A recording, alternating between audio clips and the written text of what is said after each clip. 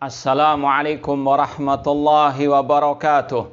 Innal hamdalillah nahmaduhu wa nasta'inuhu wa nastaghfiruh wa na'udzu billahi min syururi anfusina wa min sayyiati a'malina.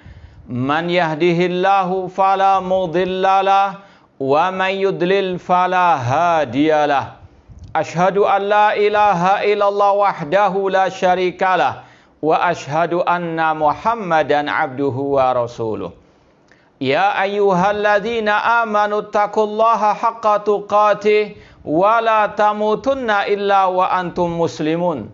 Ya ayyuhan nasu taqu rabbakumul ladzi khalaqakum min nafsin wahidah wa khalaqa minha zawjaha wa batha minhuma rijalan katsiran wa nisaa'a wattaqullaha alladzi tasaaluna bihi wal arham innallaha kana 'alaikum raqiba.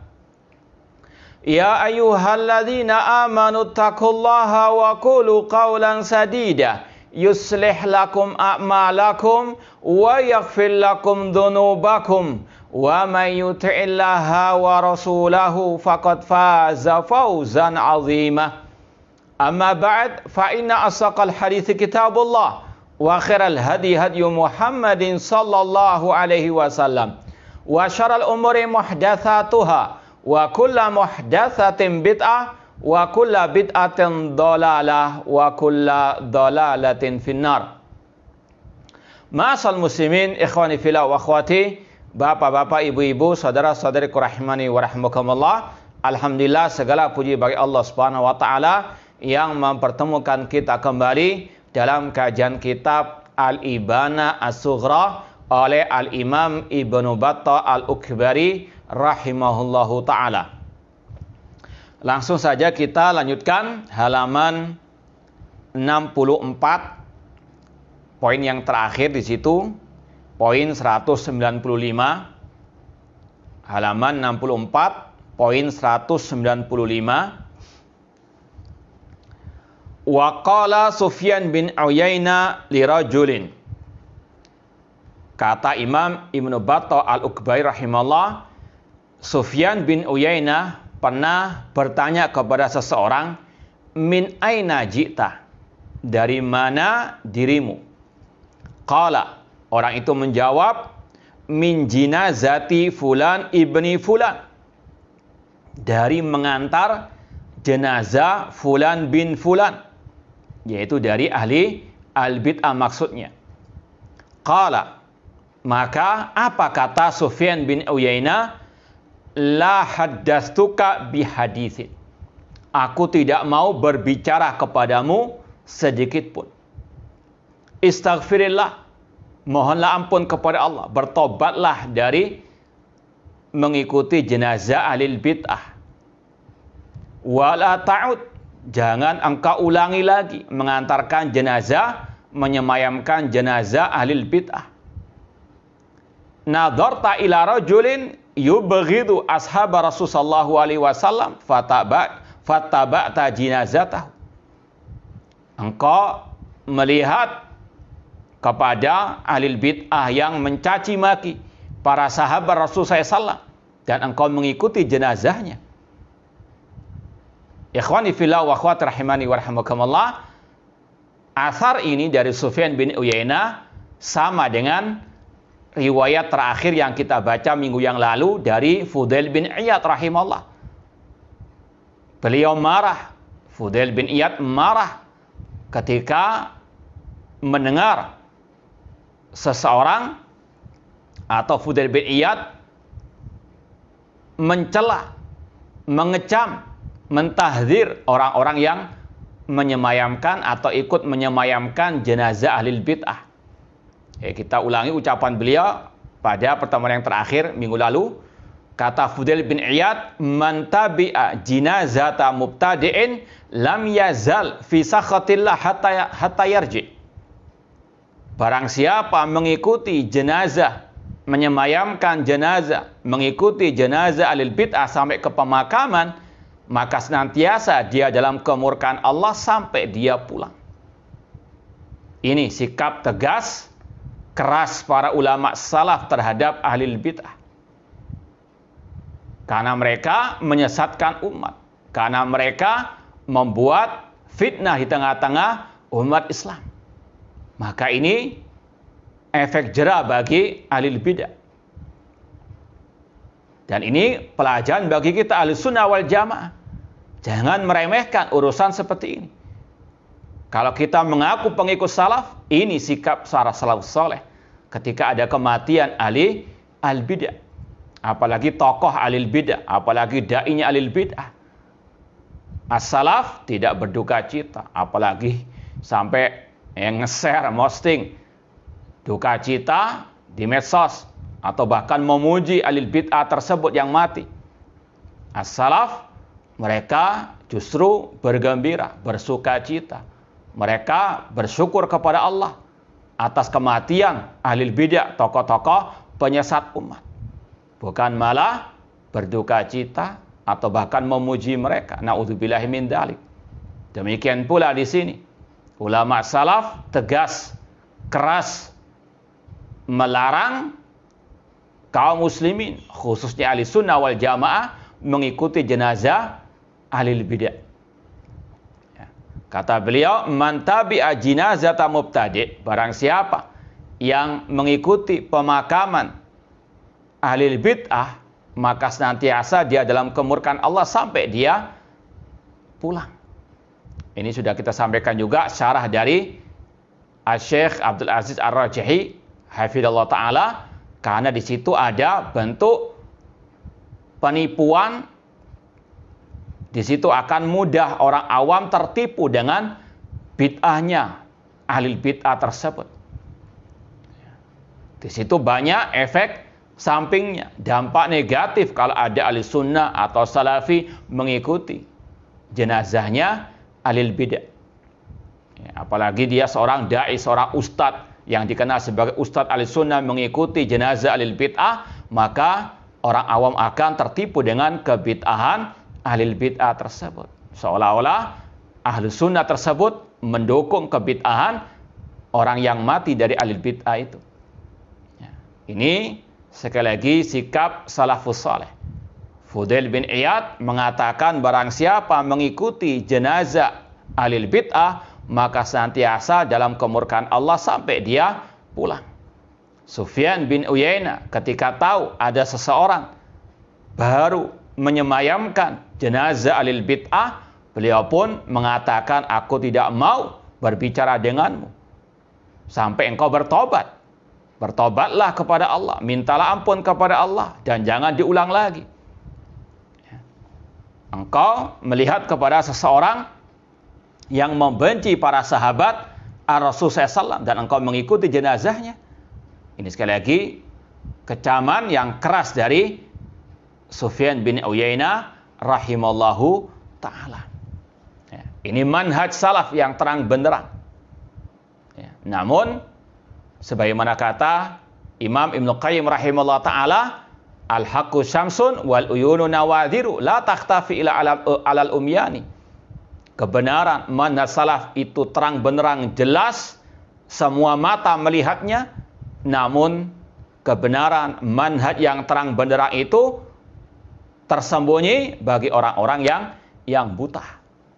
Innaha la ta'mal absar walakin ta'mal qulub allati fis sudur. Bukan mata kepala yang buta, namun mata hati mereka yang buta. Naudzubillahi min dzalik. Ma'asal muslimin ikhwani fillah wa akhwati rahimani wa rahimakumullah. Pembahasan akhir di bab ini, bab pertama ini tentang al-minhaj wal ittiba. Ini mulai poin 195 sampai akhir bab pertama ini berkaitan dengan tahdzir terhadap ahli bid'ah yang mencaci maki para sahabat Rasul SAW, terutama kelompok Syiah Ar-Rafidah. Riwayat-riwayat yang akan disampaikan di sini kebanyakannya atau bahkan sampai akhir bab ini berkaitan dengan kelompok atau tahdzir salaf terhadap kelompok Syiah Ar-Rafidah qatalahumullah. Dimulai dari ucapan Sufyan bin Uyainah tentang salah satu ciri ahli bid'ah, yaitu yang mencaci maki, membenci para sahabat Rasulullah SAW. Namun intinya ada pembahasan yang mirip dengan yang kemarin atau yang terakhir kemarin berkaitan dengan larangan mengikuti jenazahnya ahli al-bid'ah. Kita baca lagi poin 196. Wa qala Harun bin Ziyad rahimallah, sami'tu al-Firyabi rahimallah wa rajulun yas'aluhu amman syatama Abu Bakrin radhiyallahu anhu. Kata Harun bin Ziyad, aku mendengar ada seseorang bertanya kepada Al-Firyabi, seorang ulama salaf yang bernama Al-Firyabi, ditanya tentang orang yang mencaci maki Abu Bakar As-Siddiq radhiyallahu ta'ala anhu. Qala, maka ulama salaf yang bernama Al-Firyabi mengatakan kafir. Orang yang mencaci maki Abu Bakar As-Siddiq itu kafir. Qala, orang itu bertanya lagi, fanusalli alaih, bolehkah kita mensolati jenazah orang yang mencaci maki Abu Bakar As-Siddiq tadi? Qala, la, tidak boleh mensolati jenazah orang yang dulunya mencaci maki Abu Bakar As-Siddiq radhiyallahu anhu dan dia belum bertobat. Fasa'atuhu, aku bertanya, kaifa nasna bihi? Bagaimana atau apa sikap kita kalau orang yang mencaci Abu Bakar As-Siddiq itu mati? Kaifa nasna bihi wa huwa yaqulu la ilaha illallah, sedangkan dia masih mengucapkan la ilaha illallah. Qala, maka Al-Firyabi menjawab, la tamassuhu bi aidikum. Kalau dia mati, jangan disentuh tubuhnya, jasadnya, jenazahnya. Jangan dimandikan jenazahnya. Idfa'u bil khashab hatta tuwaruhu fi hufratihi. Jangan dimandikan, cukup didorong dengan tongkat sampai masuk ke lubang galian. Ini sekali lagi sikap tegas keras ulama as-salaf terhadap orang-orang yang mencaci maki khususnya Abu Bakar As-Siddiq radhiyallahu ta'ala anhu. Nanti akan kita baca dari Sarah Syekh Abdul Aziz Ar-Rajihi hafizallahu ta'ala tentang perincian hukum orang yang mencaci maki para sahabat Ar-Rasul SAW. Namun intinya di sini Imam Firyabi atau ulama salaf yang bernama Al-Firyabi jelas-jelas mengkafirkan orang yang mencaci maki Abu Bakar As-Siddiq radhiyallahu ta'ala anhu. Sekarang kita baca ucapan Syekh Abdul Aziz Ar-Rajihi.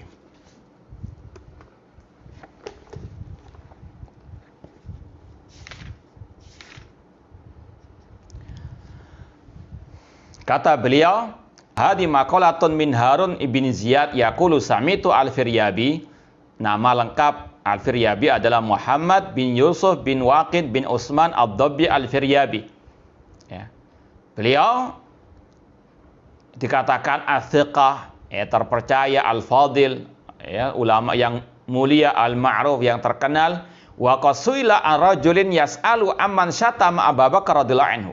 Beliau ditanya tentang orang yang mencaci maki Abu Bakar As-Siddiq radhiyallahu anhu. Faqala fihi innahu kafir. Maka Firyabi mengatakan orang itu kafir. Li'anna Abu Bakar radhiyallahu anhu as-Siddiqul akbar wa huwa afdalun nas ba'dal anbiya bi ijma' ahli sunnah wal jamaah. Abu Bakar As-Siddiq radhiyallahu anhu adalah manusia termulia, terbaik setelah para nabi, para rasul, sesuai dengan kesepakatan ijma' ahli sunnah wal jamaah.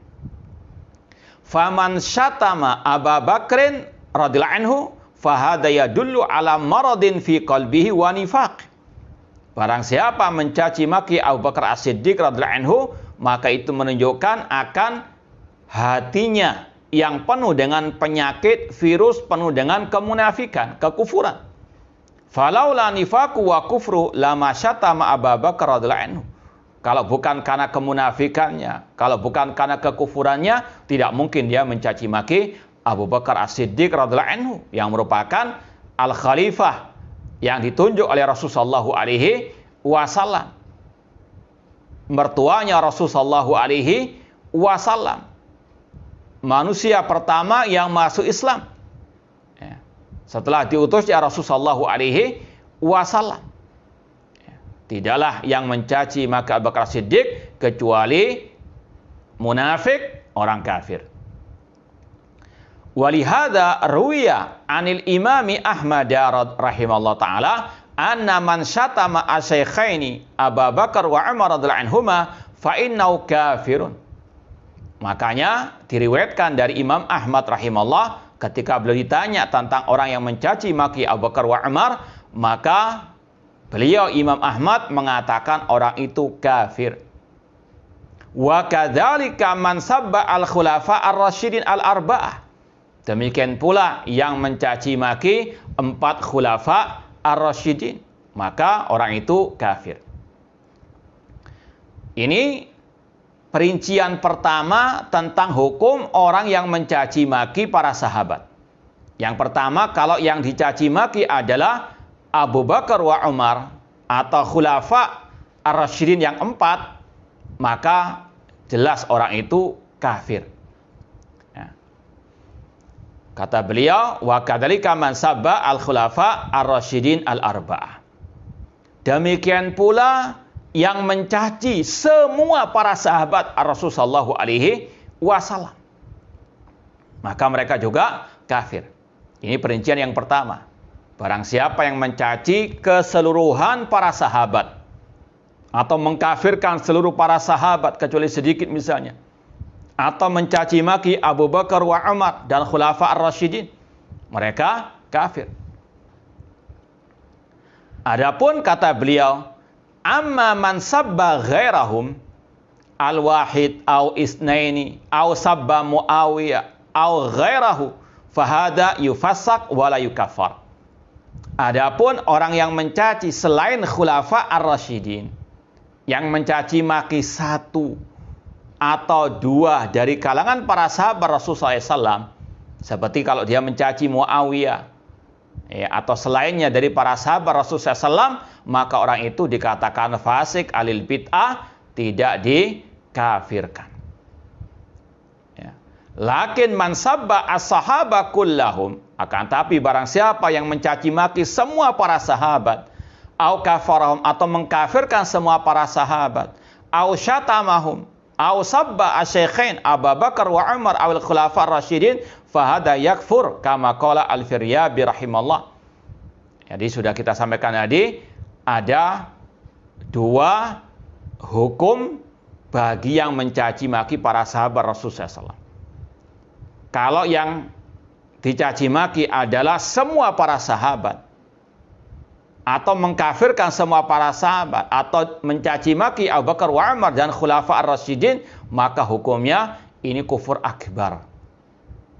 Adapun kalau dia mencaci selain khulafa ar-rasyidin, selain Abu Bakar wa Umar, dan tidak mencaci maki semua para sahabat, maka orang itu dikatakan alil bid'ah atau fasik.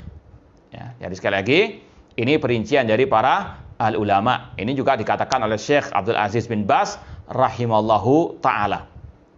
Ya. Dan contoh hukum yang pertama ini yaitu pada kelompok Syiah Rafidah qatalahumullah.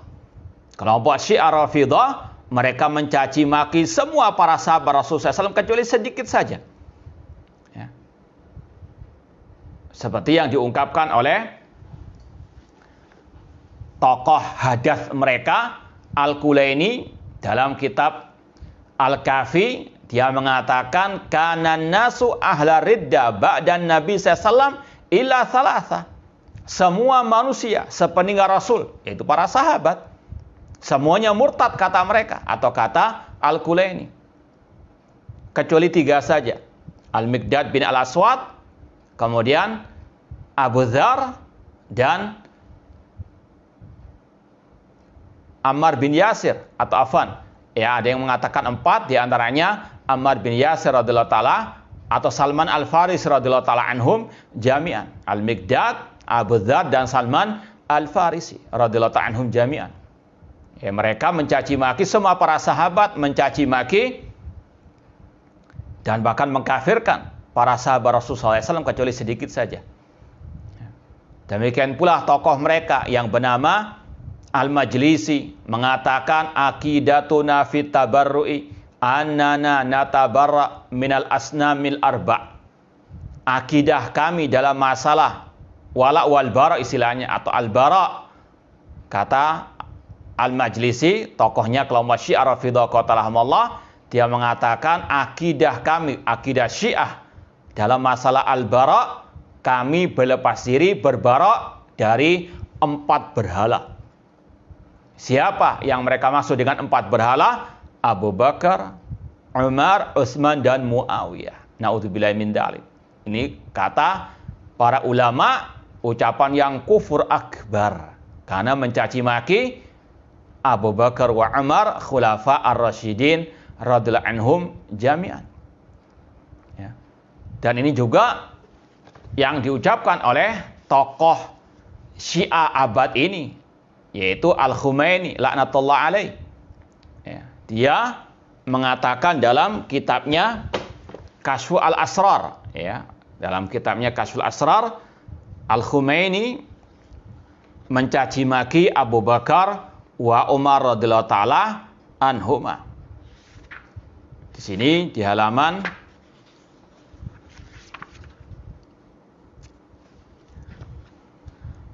137 ya, dikatakan di sini ya, dia membahas beberapa hukum-hukum di zaman kekhulafa ar-rasyidin, di zaman Umar bin Khattab. Kemudian dikatakan di sini wa hadza yu'akkid anna hadhil firyata sadarat min Ibnu Khattab al-Muftari. Ini menunjukkan akan kedustaan, kebohongan yang muncul dari Umar bin Khattab al-Muftari. Ya, Umar bin Khattab dijuluki dengan al-Muftari, yang membuat kedustaan. Naudzubillahi min dzalik. Ya. Kemudian dikatakan setelahnya wa fi udhunaihi kalimat Ibnu Khattab al-qa'imah 'alal firya wa nabi'a min a'malil kufri wa zandaqah. Muncul dari ucapan Ibnu Khattab yang didasari oleh kedustaan, yang muncul dari ucapan perbuatan-perbuatan kufur dan zindik. Naudzubillahi min dzalik. Caci makian kepada Al-Khalifatul Rasyid Umar bin Khattab, manusia yang terbaik setelah Abu Bakar As-Siddiq radhiyallahu ta'ala anhu dari umat ini. Ya. Bahkan Al-Khumaini Al-Halik mengatakan min jami'i ma taqaddam yattadih anna mukhalafata asy-syaikhainil Qur'an lam takun indal muslimina syai'an muhimman jiddan. Dari semua paparan yang telah disebutkan menunjukkan bahwasanya penyimpangan, penyelisihan Abu Bakar wa Umar, ya asy-syaikhain terhadap Al-Qur'an itu tidak dipentingkan oleh kaum muslimin. Menuduh Abu Bakar As-Siddiq dan Umar bin Khattab menyimpang dari Al-Qur'anul Karim. Naudzubillahi min dzalik. Banyak dalam buku ini caci makian kepada Al-Khalifatul Rasyid Umar bin Khattab dan Abu Bakar As-Siddiq. Bahkan di sini ada pasal mukhalafatu Abi Bakar linususil Quran. Penyimpangan-penyimpangan, penyelisihan Abu Bakar As-Siddiq terhadap nas-nas Al-Quran. Di halaman 131. Ini kedustaan Al-Khumaini, tuduhan Khumaini terhadap Abu Bakar As-Siddiq dan caci makiannya kepada Abu Bakar As-Siddiq dan juga Umar bin Khattab radhiyallahu ta'ala anhu. Bahkan jangankan Abu Bakar wa Umar, Rasul SAW tidak selamat dari tuduhan keji, caci makian Al-Khumaini. Qatalahumullah. Kita lihat di halaman setelah itu. Sekali lagi, jangankan Abu Bakar wa Umar, Rasul SAW, Sayyidu waladi Adam, itu juga dicaci maki, dituduh dengan tuduhan dusta oleh Al-Khumaini Al-Halik, pencetus revolusi Syiah Ar-Rafidhah qatalahumullah. Di halaman 155 ya, 155 kata Al-Khumaini, wa wadihun bi anna nabiyya sallallahu alaihi wasallam law kana qad balagha bi amril imam tibaqan lima amara bihillah wa badala al-masa'i fi hadzal majal lama nusibat fil buldan islamiyah kullu hadir ikhtilafat wal musyahanat wal ma'arik walamma dhaharat thamma khilafatun fi usuluddin wa furu'ihi. Di sini kata Khumaini Al-Halik qatalahullah, jelas kata dia ini tuduhan Khumaini terhadap Rasulullah SAW.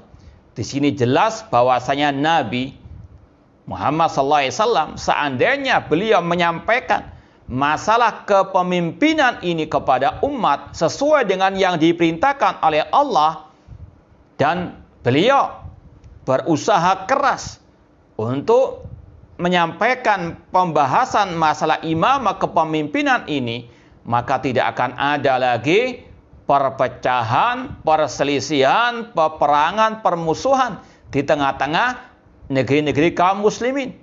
Dan tidak akan ada lagi perselisihan dalam masalah usuluddin ataupun cabang-cabang agama. Intinya menuduh Rasul SAW biang kerok perpecahan, perselisihan, permusuhan di tengah-tengah umat Islam. Na'udzubillah min dzalik. Tuduhan keji kepada Ar-Rasul, kufur akbar. Ya. Sekali lagi, jangankan Abu Bakar wa Umar, Rasul SAW saja tidak selamat dari lisan kejinya Al-Khumaini dan kelompok Syiah Rafidhah. Makanya dusta kalau mereka mengaku cinta Ahlul Bait. Rasul saja dituduh seperti ini. Ya, kalau mau lebih luasnya, silakan dengarkan lagi kajian-kajian kita tentang Syiah Rafidhah yang alhamdulillah sudah kita putar ulang. Insya Allah mungkin kata admin kita akan selesai terakhir edisi ke-39 minggu depan. Ya, intinya sekali alhamdulillah sudah kita kupas tuntas kesesatan-kesesatan, kekufuran-kekufuran Syiah Ar-Rafidhah. Ya, di antaranya caci makian mereka kepada Abu Bakar wa Umar, bahkan kepada Ar-Rasul sallallahu alaihi wasallam. Bahkan Al-Khumaini dalam kitabnya yang lain, yaitu Al-Hukumah Islamiyah, dia mengatakan wa min daruriyati madhabina anna li a'immatina maqaman la yablughu malakun muqarrabun wala nabiyyun mursalun. Kata Khumaini juga dalam kitabnya Al-Hukumah Islamiyah, di antara akidah mazhab Syiah kami, Syiah Rafidhah, kami memiliki imam-imam yang memiliki kedudukan yang tidak bisa digapai oleh malaikat yang dekat oleh Allah, yang dekat dengan Allah yaitu malaikat Jibril. Dan juga tidak bisa digapai oleh Nabi yang mulia yaitu Nabi Muhammad sallallahu alaihi wasallam. Na'udzubillahi min dzalik. Dan ini salah satu kesesatan kekufuran Syiah Rafidhah. Masih banyak kekufuran-kekufuran mereka yang lainnya.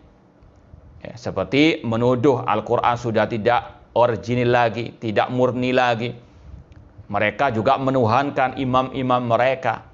Mereka juga menuduh Allah itu jahil sampai terjadi sesuatu itu yang dikenal dengan ilmu al-bada' dan lain sebagainya, seperti yang sudah kita jelaskan di kajian tentang kesesatan Syiah Ar-Rafidhah qatalahumullah. Jadi sekali lagi, para ulama memperinci masalah hukum mencaci maki sahabat Rasulullah sallallahu alaihi wasallam. Yang pertama, hukumnya kufur akbar. Kalau yang dicaci maki semua para sahabat Rasulullah SAW atau sebagian besar dari para sahabat, atau bahkan mengkafirkan mereka. Atau mencaci maki Abu Bakar wa Umar, mencaci maki Al-Khulafa Ar-Rasyidin. Adapun yang kedua, hukumnya bid'ah, fasik, yaitu kalau mencaci maki salah satu dari para sahabat Rasulullah SAW selain Khulafa Ar-Rasyidin, seperti mencaci maki Muawiyah.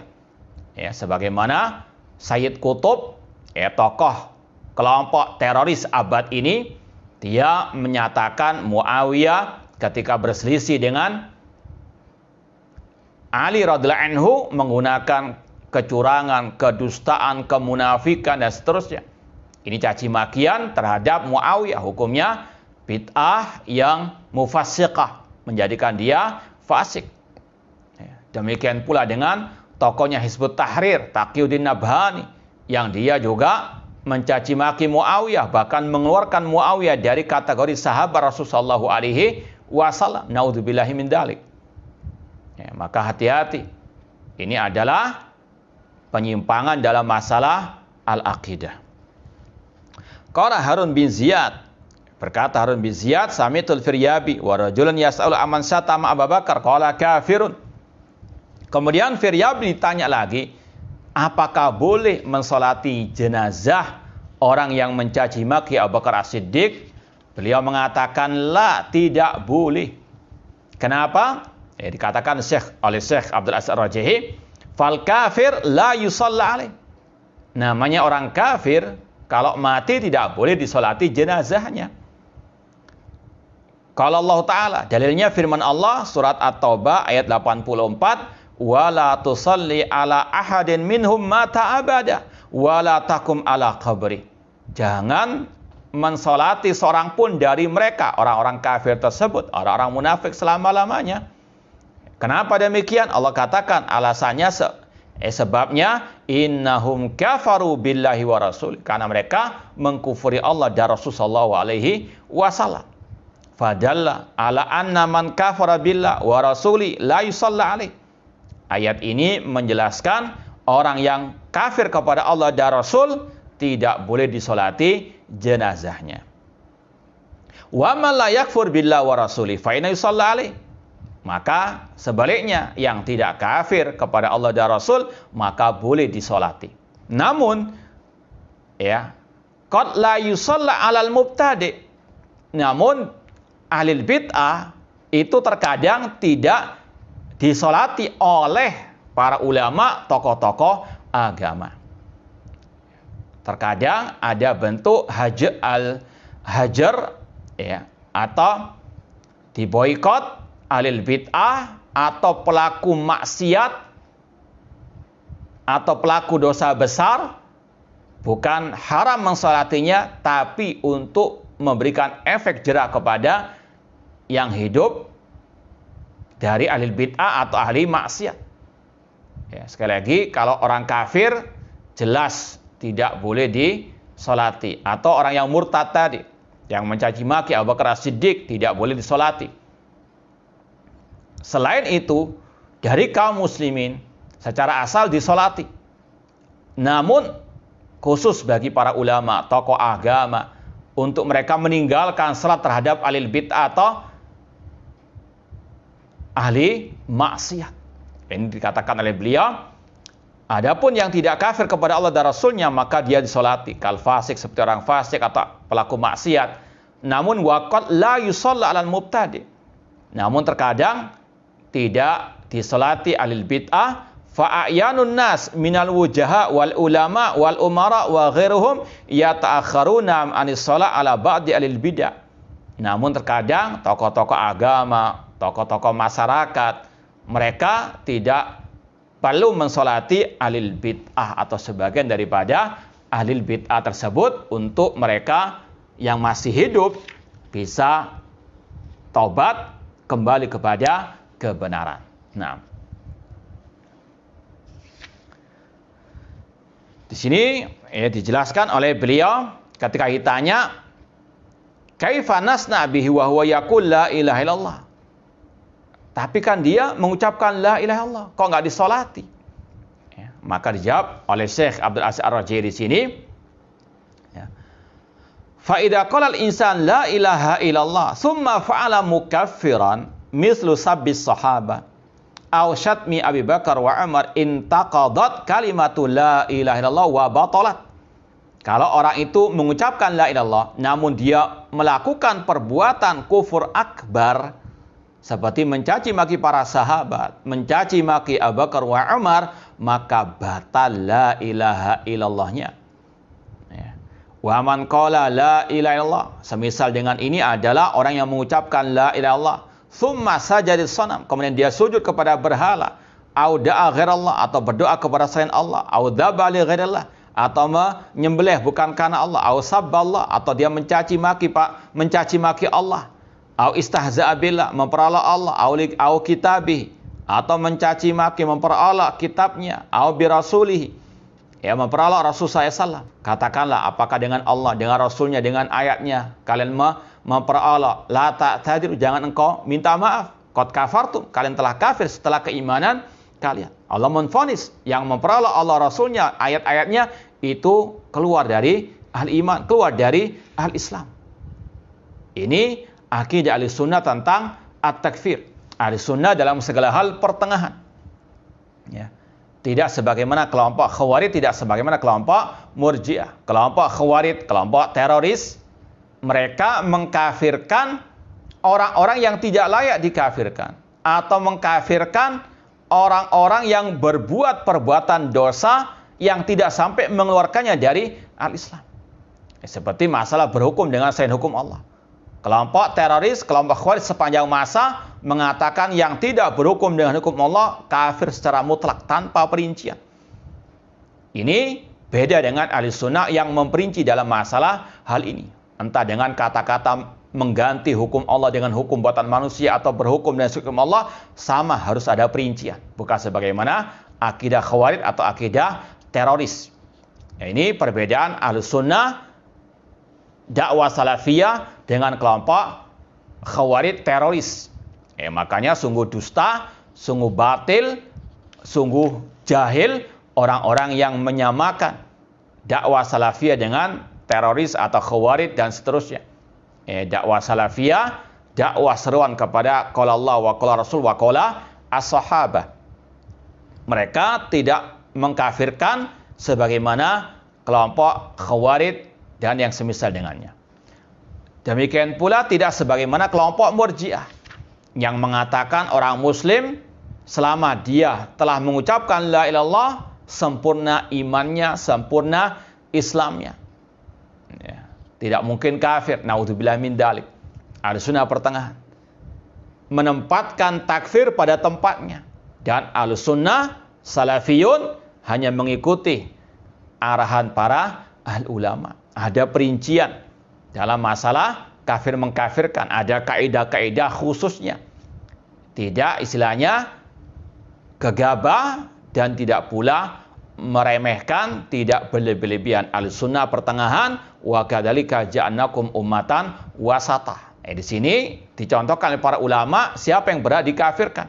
Apa saja perbuatan-perbuatan, ucapan-ucapan, keyakinan yang bisa mengeluarkan pelakunya dari al-Islam. Ada perinciannya, ada kaidah-kaidahnya. Ini pertengahan Ahlussunnah dalam masalah at-takfir. Nah, seperti orang yang tadi sujud kepada berhala, yang mencaci maki, memperalah Allah, Rasulnya, ayat-ayatnya, ini kufur besar. Bisa kafir orangnya.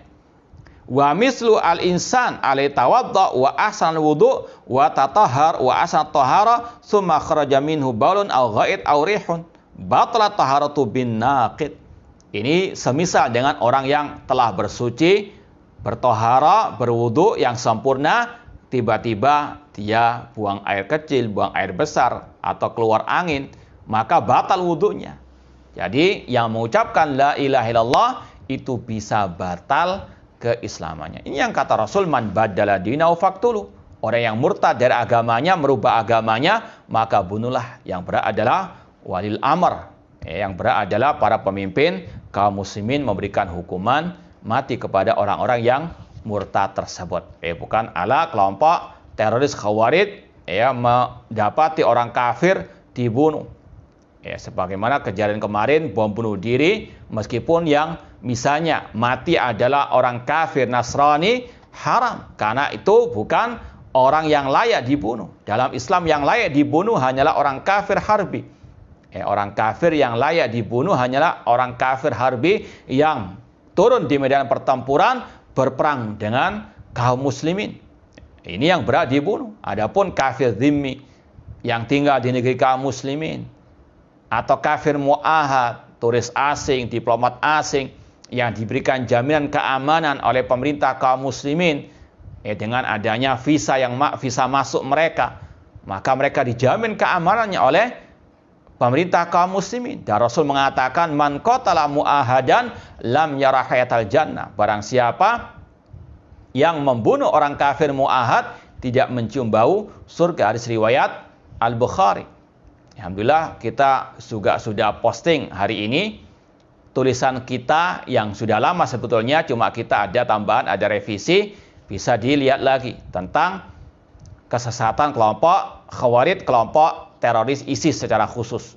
Ya, mereka ini kelakuannya sama dengan yang terjadi di zaman Al-Khalifatul Rasyid Ali bin Abi Thalib radhiyallahu taala anhu. Ya, silakan lihat lagi postingan kita siang ini tentang masalah menyingkap kesesatan jaringan teroris ISIS atau kelompok ISIS. Naudzubillahi min dzalik, ya.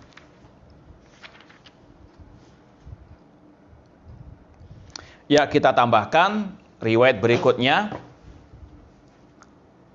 Masih sama poinnya, poin 197.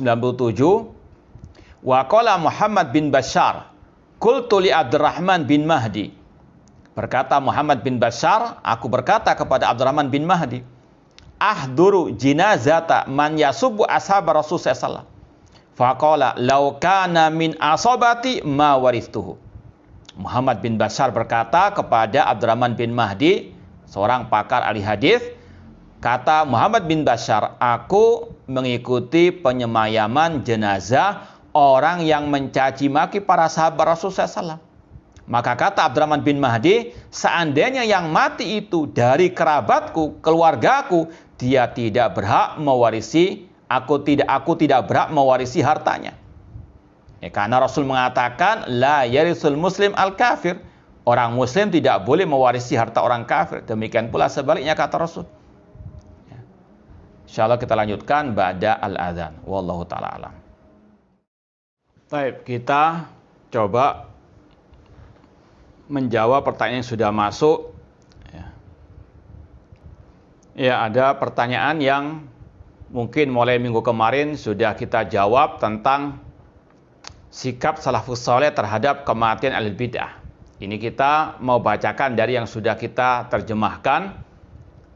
Silakan lihat postingan kita di tanggal 10 Februari atau 11 Februari tentang sikap salafus saleh terhadap kematian ahli bid'ah. Ini kita bacakan untuk mengingatkan kita kembali, menguatkan kita kembali manhaj salaf tentang hal ini. Ya. Diriwayatkan di sini ketika Bishr bin Al-Harith rahimahullah, seorang ulama salaf berada di pasar, beliau mendengar kabar kematian Bishr Al-Marisi, ya, tokohnya kelompok Jahmiyah. Maka beliau berkata, seandainya pasar bukan tempat keramaian, maka itu menjadi tempat bersyukur dan bersujud. Kemudian beliau mengatakan, alhamdulillah, segala puji bagi Allah yang telah mematikannya. Ini sikap salaf. Ya. Kemudian juga Imam Ahmad bin Hanbal rahimahullah ditanya, apakah berdosa jika seseorang bergembira ketika para pengikut Ibnu Abi Du'ad dari penyesat umat tertimpa musibah, yaitu seperti kematian? Beliau menjawab, siapa yang tidak bergembira dengan hal tersebut? Imam Ahmad menyetujui, merekomendasi orang yang bergembira atas musibah atau kematian ahli al-bid'ah. Ya. Salama bin Syabib berkata, aku dahulu pernah bersama Imam Abdurrazzaq As-San'ani, lalu tiba-tiba sampai kepada kami berita kematian Abdul Majid, tokoh kelompok Murji'ah. Maka beliau berkata, segala puji bagi Allah yang telah menyelamatkan umat Nabi Muhammad SAW dari Abdul Majid. Mereka memuji Allah, bukan malah berduka cita. Mereka salah bersuka cita. Ini bedanya as-salafus saleh dengan orang-orang yang mengaku pengikut salaf namun jahil kuadrat bin ngelama. Ya. Demikian pula ketika sampai berita kematian Wahab al-Qurashi, penyesat umat, kepada Imam Abdurrahman bin Al-Mahdi yang sudah kita lewati namanya tadi, rahimahullah, maka beliau berkata, alhamdulillah, segala puji bagi Allah yang telah menyelamatkan kaum muslimin darinya. Ya. Demikian pula Imam Ibnu Katsir rahimahullah pernah berkata tentang kematian salah seorang tokoh al-bid'ah. Ya. Kata Imam Ibnu Katsir, Allah menyelamatkan kaum muslimin darinya di tahun ini, di bulan Dzulhijjah, dan dia dimakamkan di rumahnya, kemudian dipindahkan ke pemakaman Quraisy. Maka segala puji bagi Allah atas kenikmatan dan anugerah ini. Ketika orang itu mati, maka ahli sunnah sangat bergembira atas kematiannya dan menampakkan rasa syukur kepada Allah. Bukan malah menposting, nge-share ucapan duka cita atas kematian tokoh penyesat umat. Yang senior ataupun yang junior, yang kecil ataupun yang besar. Karena ada sebagian orang-orang yang ketika kita posting seperti ini masih bersilat lidah. Itu kan tokoh-tokoh yang besar dari ahli bid'ah, yang kecil-kecil tidak apa-apa. Naudzubillah min dzalik. Ini ucapan orang-orang yang jahil bin ngelama. Naudzubillah min dzalik. Hati-hati. Ya. Jadi lihat lagi postingan kita tentang hal ini. Kita tambahkan lagi, ada pertanyaan, apa benar sikap seseorang yang memberikan uang dengan nominal tertentu kepada anak yang berusia SD jika dia puasa full 1 bulan di Ramadan nanti? Boleh untuk menyemangati, memotivasi dia berlomba-lomba dalam kebaikan. Ya, untuk dia terbiasa dengan ibadah. Nah,